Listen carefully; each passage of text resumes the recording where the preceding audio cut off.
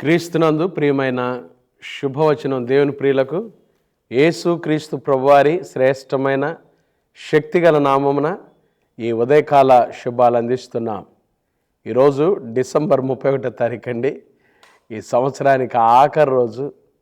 దేవుడి సంవత్సరం అంతా మనల్ని కాపాడినందుకు దేవునికి మనం కృతజ్ఞతాస్తుతులు చెల్లించాలి. దేవుడు ఎంతైనా నమ్మదగిన దేవుడు కదండి. ఈ సంవత్సరం ఎన్ని శోధనలు, ఎన్ని కీడులు, ఎన్ని అపాయాలు తప్పించి మరొక నూతన సంవత్సరంలోకి అడుగుపెట్టే భాగ్యాన్ని ప్రభు మనకు దయచేసినందుకై దేవునికి స్తోత్రాలు. 365 రోజులు, ఎన్ని గంటలు, ఎన్ని సెకండ్లు కదండి. ఆయన మనల్ని కునుకక కాపాడుతూ మన పట్ల క్షేమాన్ని విస్తరింపచేసినందుకై ఆయన చేసిన ప్రతి మేలును బట్టి, ఆయన దయను బట్టి దేవునికి కృతజ్ఞతాస్తుతులు చెల్లించాలి. ఎంత గొప్ప దేవుడండి.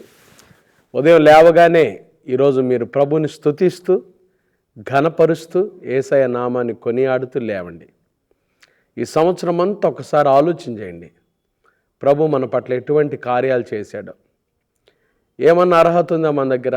అర్హత లేని మనల్ని ప్రేమించి, కరుణించి, క్షేమాన్నిచ్చి మరొక సంవత్సరాన్ని చూసే భాగ్యాన్ని ఇచ్చాడంటే అది కేవలం ఆయన కృపే. ఆయన కృప, ఆయన దయ నిరంతరం మన పట్ల ఉంది కదండి. ఆయన కోపం నిమిషం మాత్రమే, కానీ ఆయన దయ ఆయుష్కాలం అంతా. నీ పట్ల, నా పట్ల ఆయన దయ ఆయుష్కాలం అంతా.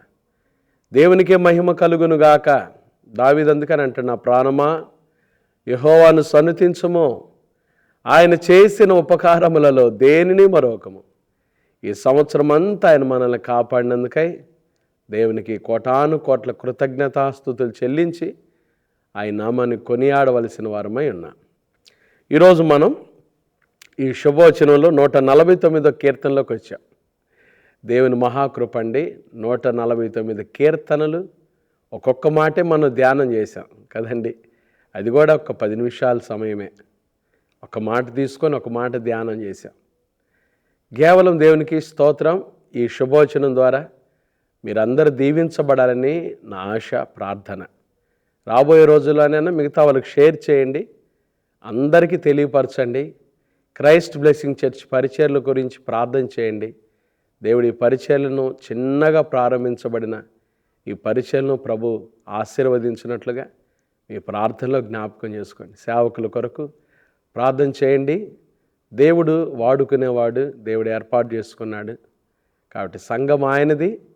ఆయన పరిచర్యలు విస్తరింపచేయనట్లుగా ప్రార్థన చేయండి. దేవునికి స్తోత్రాలు. ఈరోజు ఏం చెప్పాలా? 149వ కీర్తన గురించి ఆలోచన చేస్తున్నప్పుడు 9వ వాక్యం, విధింపబడిన తీర్పు వారి మీద నడుపుటకును వారి చేతిలో రెండంచులు గల ఖడ్గం ఉన్నది. రెండంచులు గల ఖడ్గం, మహాఖడ్గం. దేవుని వాక్యమే రెండంచులు గల ఖడ్గం. దేవుని వాక్యమే, దేవుని వాక్యమేనండి. వాక్యమే, వాక్యానికి మించింది ఏది లేదు. యేసు క్రీస్తు ప్రభువారు మనకిచ్చిన సంపూర్ణమైన ఈ వాక్యం చాలా గొప్పది. ఆయన వాక్యం, నీ నామమంతటి కంటే నీవిచ్చిన వాక్యమును నీవు గొప్ప చేసి ఉన్నావు అంటాడు దావీదు. ఆయన వాక్యం చాలా గొప్పది. నీ ధర్మశాస్త్రమును అంటే నీ వాక్యమును ప్రేమించు వారికి ఎంతో నెమ్మది కలదు. ఇది బలమైన వాక్యం, ఇది నిర్మలమైన వాక్యం, ఇది సుత్తె వంటిది కదండి. బండలను బద్దలు చేసే సుత్తె వంటిది ఖడ్గము, రెండంచులు గల ఖడ్గము కదండి. హెబ్రీ పత్రికలో పౌలు అంటాడు, దేవుని వాక్యము సజీవమైనదై బలము గలదై రెండంచులు గల ఖడ్గము కంటెను లోపలకు దూసుకుపోయేది. మన ప్రాణాత్మ కీలను దేహంలోకి దూసుకుపోయేది, చొచ్చుకుపోయేది దేవుని వాక్యం. వాక్యమే ప్రధానమైనది, దేవుని వాక్యం. ఈ వాక్యానికి ఈ సమయము, ఎంత సమయం మనం కేటాయించాం? ఈ సంవత్సరం ఒకసారి ఆలోచన చేసుకుంటే 2025 సంవత్సరం ఆఖరి రోజులో ఉన్నాం. ఎన్ని అధ్యాయాలు చదవగలిగావు? దేవుని వాక్యాన్ని ఎంత ధ్యానం చేయగలిగావు? మొదటి కీర్తనలు అంటాడు దావీదు, యెహోవా ధర్మశాస్త్రమునందు ఆనందించుచు దివారాత్రము దానిని ధ్యానించువాడు ధన్యుడు. వాక్యాన్ని ఎంతసేపు ధ్యానం చేశాం?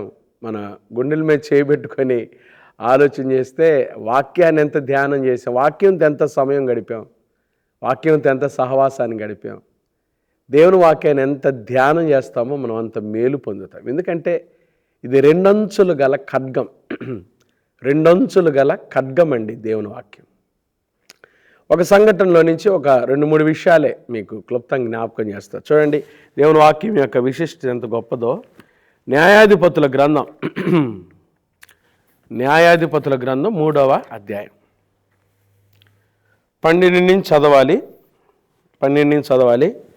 ఇశ్రాయేలీలు మరలా యెహోవా దృష్టికి దోషులైరు కనుక వారు యెహోవా దృష్టికి దోషులైనందున యెహోవా ఇశ్రాయేలీలతో యుద్ధం చేయుటకు మోయాబు రాజైన ఎగ్లోనును బలపరిచాడు. ఇశ్రాయేలీలు మరలా పాపంలోకి వెళ్ళిపోయే స్వభావం కలిగిన వారు. దేవుని వాక్యం విన్నంతసేపు బాగానే ఉంటారు, మరలా తప్పులు చేస్తూ ఉంటారు. ఇది మన స్వభావం అండి.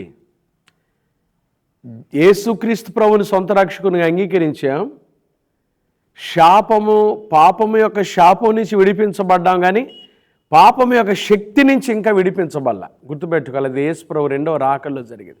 కాబట్టి మనం చాలా జాగ్రత్తగా జీవించాలి, ఎప్పుడు మెలకువగా జీవించాలి. యేసు ప్రభు వారు పదే మెలకువ కలిగి ఉండండి, జాగ్రత్తగా ఉండండి, మోసపోబాకండి కదండి. అప్పుడు వాళ్ళు దోషులైనందున ఎగ్లోను, మోయాబు రాజైన ఎగ్లోను దేవుడు బలపరిచాడు. ఎగ్లోను చూడండి 14 వచ్చి ఇశ్రాయేలీయులు 18 సంవత్సరాలు మోయాబు రాజుకి ఏమయ్యారు? ఎగ్లోనికి దాసులయ్యారు. 18 సంవత్సరాలు దాస్యంలో ఉన్నారు. ఈ సంవత్సరం మరి ఎన్ని సంవత్సరాల నుంచి దాస్యంలో ఉన్నావు నాకు తెలియదు. నువ్వు దేవుని బిడ్డ, ఈరోజు దేవుని వాక్యం ద్వారా దేవుడు నీతో మాట్లాడుతున్నాడు. ఈ సంవత్సరం అయినా రాబోయే సంవత్సరం ఒక నూతన సృష్టిగా మార్చబడాలని దేవుని ఆశ. ఈరోజు రాత్రికి చాలామంది బలమైన తీర్మానాలు తీసుకుంటారు. ఒక్కరోజు కాదండి, జీవితకాలం ఉండాలి ఆ తీర్మానాలు. ప్రభు కోసం జీవితకాలం ఆ తీర్మానాలు కాపాడుకోగలగాలి. అది విశ్వాసి చేయాల్సిన ప్రాముఖ్యమైన పని. 18 సంవత్సరాలు శత్రువు కింద దాసులైనప్పుడు ఇశ్రాయేలీలు యెహోవాకు మొరపెట్టగా బెన్యామీనుడైన గెరా కుమారుడగు యెహూదను రక్షకుని వారి కొరకు దేవుడు నియమించాడు.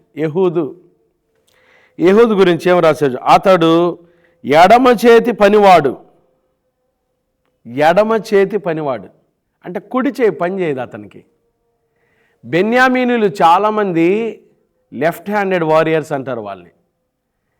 ఈ యెహూదు కూడా ఎడమ చేతి పని అంటే కుడి చేయి లేదు, వికలాంగుడు అనమాట. వికలాంగుడు, కుడి చేయి లేదు, ఎడమ చేతి పనివాడు అని రాశారంటే ఎడమ చేతి వాటం కలిగిన వాడు కాదు. ఎడమ చేయి పనివాడు అంటే ఎడమ చేయ పని చేసేది, కుడి చేయి లేదు, వికలాంగుడు. చూడండి దేవుడు ఆ దినాల్లో ఆయన వికలాంగుల చేత కూడా విజయం ఇప్పించాడండి. దేవుడు వాడుకుంటాడు. దేవుడు నిన్ను నన్ను వాడుకునేవాడు. ఆయన కావలసింది మనుషులు కావాలి. నువ్వు వికలాంగుడివే, నీ కాడ సామర్థ్యం ఉందే దేవునికి అవైలబిలిటీ కావాలి, దేవునికి అందుబాటులో ఉండాలి. జీవితాన్ని మార్చుకొని ఆయన రక్తంలో కడగబడి పాపపు దాస్యంలో నుండి బయటకు వచ్చి ప్రభుకి ఇష్టడుగా నువ్వు జీవిస్తే, నువ్వు వికలాంగుడివైనా నీ కాడ శక్తి సామర్థ్యం తలాంతులు ఉన్నా లేకపోయినా దేవుడు వాడుకుంటాడు. ఎడమ చేతి పనివాడైన యెహూదును దేవుడు వాడుకున్నాడు. చూడండి యెహూదు ఏం చేశాడు చూడండి. అతని చేతను ఇశ్రాయేలీలు మోయాబు రాజుని ఎగ్లోనుకు కప్పం పంపగా యెహూదు 3 పొడవు గల 2 అంచులు గల కత్తిని చేయించుకొని, చూడండి 2 అంచులు గల కత్తి, 2 అంచుల కత్తి. అందుకని మనం 2 అంచుల ఖడ్గం అని చెప్పాను కదా. 2 అంచుల దేవుని వాక్యం కత్తి చేయించుకొని తన వస్త్రములో తన కుడి తోడ మీద దానిని కట్టుకొని ఆ కప్పము మోయాబు రాజుని ఎగ్లోనుకు తెచ్చాను. ఆ ఎగ్లోను బహుస్థూలకాయుడు, చాలా బరువుగా ఉంటాడంట ఎగ్లోను. మోయాబు రాజుని ఎగ్లోను స్థూలకాయుడు అంటే బాగా లావుగా అయిపోయాడు, బాగా లావుగా ఉంటాడు. యెహూదు ఆ కప్పం తెచ్చి ఇచ్చిన తర్వాత కప్పం మోసిన జనులను వెళ్ళనంపి గిల్గాలు దగ్గరనున్న పెసీలీము నొద్ద నుండి తిరిగి వచ్చి, రాజా రహస్యమైన మాట ఒకటి నేను నీతో చెప్పవలనగా అతడు తన యొద్ద నిలిచిన వారందరూ వెలుపలికి పో వరకు ఊరకమ్మని చెప్పాను. యెహూదు అతని దగ్గరకు వచ్చినప్పుడు అతడు ఒక్కడే చల్లని మేడగదిలో కూర్చుని, యెహూదు నీతో నేను చెప్పవలసిన దేవుని మాట ఒకటి ఉన్నదన్న చెప్పగా అతడు తన పీఠం మీద నుండి లేచాను. అప్పుడు యెహూదు తన 21వ వచనం, న్యాయాధిపతుల గ్రంథం 3:21. అప్పుడు యెహూదు తన ఎడమ చేతిని చాపి తన కుడి తొడ మీద నుండి ఆ కత్తి తీసి కడుపు మీద అతన్ని పొడిచాను. పిడియును కత్తి వెంబడి దూరగా క్రొవ్వు కత్తి పైన కప్పుకొన్నందున అతని కడుపు నుండి కత్తిని తీయలేకపోయాను. అది వెనుక నుండి బయటకు వచ్చి ఉండే. చూడండి, దేవుని వాక్యం అనే రెండంచులు గల ఖడ్గం ఒకటి పాపాన్ని జయిస్తుంది. పాపం మీద విజయం రావాలంటే దేవుని వాక్యానికి సమయం ఇవ్వాలి, వాక్యాన్ని ధ్యానించాలి, వాక్యానుసారంగా జీవించాలి. ఇంకా నీ పాపంలో నువ్వు నలిగిపోతావు. బైబిల్ చెబుతుంది, పాపము చే ప్రతివాడు పాపానికి దాసుడు. ఈ డిసెంబర్ 31వ తారీఖున ఇంకా పాపపు దాసత్వంలోనే ఉండి పాపం చేస్తూ నూతన సంవత్సరాలు అడుగు పెడతావా? అభివృద్ధి పొందలేవు, ఆశీర్వదించబడలేవు. నీ పాపాన్ని విడిచిపెట్టి ప్రభు కనికరాన్ని పొందుకో. యేసయ్య ఈరోజు నీ జీవితాన్ని బాగు చేయాలనుకుంటున్నాడు. యేసయ్య ఈరోజు నీ జీవితంలోకి రావాలని ఇష్టపడుతున్నాడు. వస్తావు యేసయ్య దగ్గరికి, నీ పాపాన్ని వదిలిపెట్టు, దేవుని వాక్యాన్ని చేతబట్టుకో, దేవుని వాక్యాన్ని హృదయంలో పెట్టుకో. దేవుని వాక్యం పాపాన్ని జయిస్తుంది. ఒట్టి పాపాన్నే కాదండి, ఎప్పుడైతే ఆ కత్తిని పొడిచాడో కొవ్వు కత్తి పైన కప్పుకొనినందున దేవుని వాక్యం ఏం చేస్తుంది కదా, ఇది రెండంచులు గల ఖడ్గం కదా, ఏం చేస్తుంది తెలుసా? లోపల ఉన్న మలినాన్నంతా, మురికంతా బయటికి తీసుకొస్తుంది. దేవుని వాక్యానికి నువ్వు చోటు ఇచ్చినప్పుడు లోపల ఉన్న మురికంతా బయటకు వచ్చేస్తుంది. నిన్ను శుద్ధినిగా చేస్తుంది, నిన్ను బాగు చేస్తుంది ఈ వాక్యం, నీ హృదయాన్ని బాగు చేస్తుంది ఈ వాక్యం. రా యేసయ్య దగ్గరికి. దేవుని వాక్యం అంత శక్తి కలిగినది. నీ ఓటమిలో నీకు విజయం ఇచ్చేది దేవుని వాక్యం. పాపం మీద విజయం ఇస్తుంది, పాపపు మాలిన్యం నుండి కూడా నీకు విడుదల ఇస్తుంది, నిన్ను నూతన సృష్టిగా మారుస్తుంది కదా. నువ్వు ఒక వికలాంగుడివైనా నీ ద్వారా గొప్ప విజయాన్ని ప్రభు అందించాలని ఇష్టపడుతున్నాడు. రాబోయే సంవత్సరం నీకు విజయముతో కూడిన సంవత్సరంగా దైవ సేవకుడిగా నేను చెప్తున్నాను. ఎప్పుడో తెలుసా? ఒక వికలాంగుని దేవుడు తన ప్రజల కొరకు వాడుకున్న దేవుడు రాబోయే సంవత్సరం నిన్ను వాడుకోబోతున్నాడు.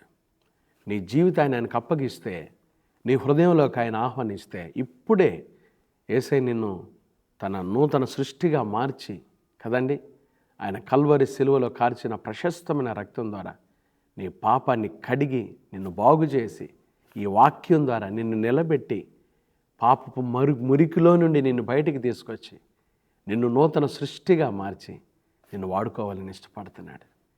నీకు విజయాన్ని ఇవ్వాలని ఇష్టపడుతున్నాడు. 2026 సంవత్సరం నీవు విజయం చూసే సంవత్సరము. 2026 సంవత్సరం నీవు సమృద్ధిని చూసే సంవత్సరం. 2026 సంవత్సరం దేవుడు నిన్ను వాడుకోబోయే సంవత్సరం. God bless you. దేవుడు నిన్ను దీవించును గాక. కాబట్టి ఈ వాక్యానికి ఎక్కువ సమయం ఇచ్చి వాక్యాన్ని మీ హృదయంలో పెట్టుకొని వాక్యానుసారం యవనులారా మీరు బలవంతులు. ఎందుకంటే దేవుని వాక్యం మీలో ఉంది, మీరు దుష్టుని జయించి ఉన్నారు. వాక్యం ద్వారా దేవునికి చోటిచ్చి గొప్ప కార్యాలు చూచుటకు పరిశుద్ధాత్మదేవుడు అట్టి కృప మనందరికీ దయచేయను గాక. ఆమేన్. ప్రార్థన చేస్తానండి. మహాపరిశుద్ధుడా, దయగల దేవా, ప్రేమ స్వరూపి, మీకు స్తోత్రాలయ్యా. ఈరోజు లేవగానే ఈ డిసెంబర్ 31వ తారీఖున 149వ కీర్తనలో నుంచి రెండంచులు గల ఖడ్గమని మీ వాక్యం ద్వారా మాతో మాట్లాడినందుకు స్తోత్రాలు. ఒక వికలాంగుని వాడుకున్న దేవుడు, నీ ప్రజలకు విజయం ఇవ్వటానికి ప్రభా మీరు ఎవరినైనా వాడుకుంటారు. వాడు బలహీనుడా, వికలాంగుడా, బలమున్నవాడా, శక్తి ఉన్నవాడా, సామర్థ్యం కాదు ప్రభా. మీకు ఎవరైతే సమర్పించుకుంటారో వాడిని బలముగా వాడుకునే దేవుడు. ఈరోజు ఈ వాక్యం వింటున్న బిడ్డలందరినీ దీవించండి. ఈ సంవత్సరం నాయన పాపపు మురికిలో, మాలిన్యంలో జీవిస్తూ విజయాన్ని చూడలేకపోయారేమో. రాబోయే సంవత్సరం నీ బిడ్డల గొప్ప విజయాన్ని చూచుదురుగాక, బలమైన కార్యాలు జరుగునుగాక, ఒక్కొక్కరిని మీ శక్తితో మీరు నిలబెట్టుకుందురుగాక. ఎవరైతే అనారోగ్యంతో ఉన్నారో యేసు నామములో వారికి స్వస్థత కలుగునుగాక, క్షేమమే కలుగునుగాక, నెమ్మది కలుగునుగాక. నీ బిడ్డలు మీరు బాగు చేయండి, ఆదరించండి, ధైర్యపరచండి. హాస్పిటల్ ఐసీలో రోగులుగా ఉన్న బిడ్డలను ముట్టి బాగు చేయండి, స్వస్థపరచండి. తండ్రి, చిన్న బిడ్డలు మొదలుకొని పెద్దవారి వరకు వారు వెళ్తున్న స్కూల్స్, ఆఫీసులు, కార్యకలాపాలు, రాకపోకల్లో మీ కృపాక్షేమాలు తోడుగా ఉంచండి. తండ్రి ఈరోజు పుట్టినరోజులు, వివాహ వార్షికోత్సవాలు, శుభకార్యాలు పెట్టుకుని బిడ్డలను మిక్కిలి దీవించండి ప్రభా. మరి వ్యాపారం చేసుకుంటున్న వారి వ్యాపారాలు దీవించండి, ఉద్యోగాలు చేసుకుంటున్న వారి ఉద్యోగాలు దీవించండి ప్రభా. నిరుద్యోగులకు ఉద్యోగ భవిష్యత్తు దయచేయండి, గర్భిణీ స్త్రీలకు సుఖమైన ప్రసవం దయచేయండి, ఏకాంగులను సంసారులుగా చేయండి. గర్భం లేని తల్లులు ఎవరైతే ఉన్నారో యేసు నామమున వారి గర్భములు తెరవబడునుగాక, కృప కలుగునుగాక, మీ ఆశీర్వాదాలు కలుగునుగాక, మీ దీవెనలు కలుగునుగాక, కోర్టు సమస్యలతో నలిగిపోతున్న వారికి విడుదల కలుగునుగాక. రాబోయే నూతన సంవత్సరం ఒక మహిమ కలిగిన సంవత్సరంగా, ఒక ఆశీర్వాదకరమైన సంవత్సరంగా నీ బిడ్డల జీవితాల్లో ఉండునుగాక. దైవ సేవకుడిగా ప్రవచిస్తున్న బిడ్డల జీవితాల్లో ఒక మహిమను చూచే సంవత్సరంగా, ఒక సమృద్ధిని చూచే సంవత్సరంగా రాబోయే 2026 సంవత్సరం నీ బిడ్డలందరినీ మీరు ఆశీర్వదించమని, గొప్ప చేయమని, దీవించమని, కృపతో జ్ఞాపకం చేసుకున్నామని, మాకు ఇచ్చిన శ్రేష్టమైన సమయాన్ని బట్టి మీకు వందనాలు చెల్లిస్తూ ఉదయకాలం ఈ శుభోచనలు పాల్గొనే బిడ్డలందరినీ, వారి కుటుంబాలను క్రైస్ట్ బ్లెస్సింగ్ చర్చ్ పరిచర్యలను దీవించి గొప్పగా 2026 సంవత్సరం తండ్రి 2020 సంవత్సరం అంతా మీకు మహిమ కలుగునట్లుగా మీ పరిచర్లో వాడుకునేందుకు స్తోత్రాలు.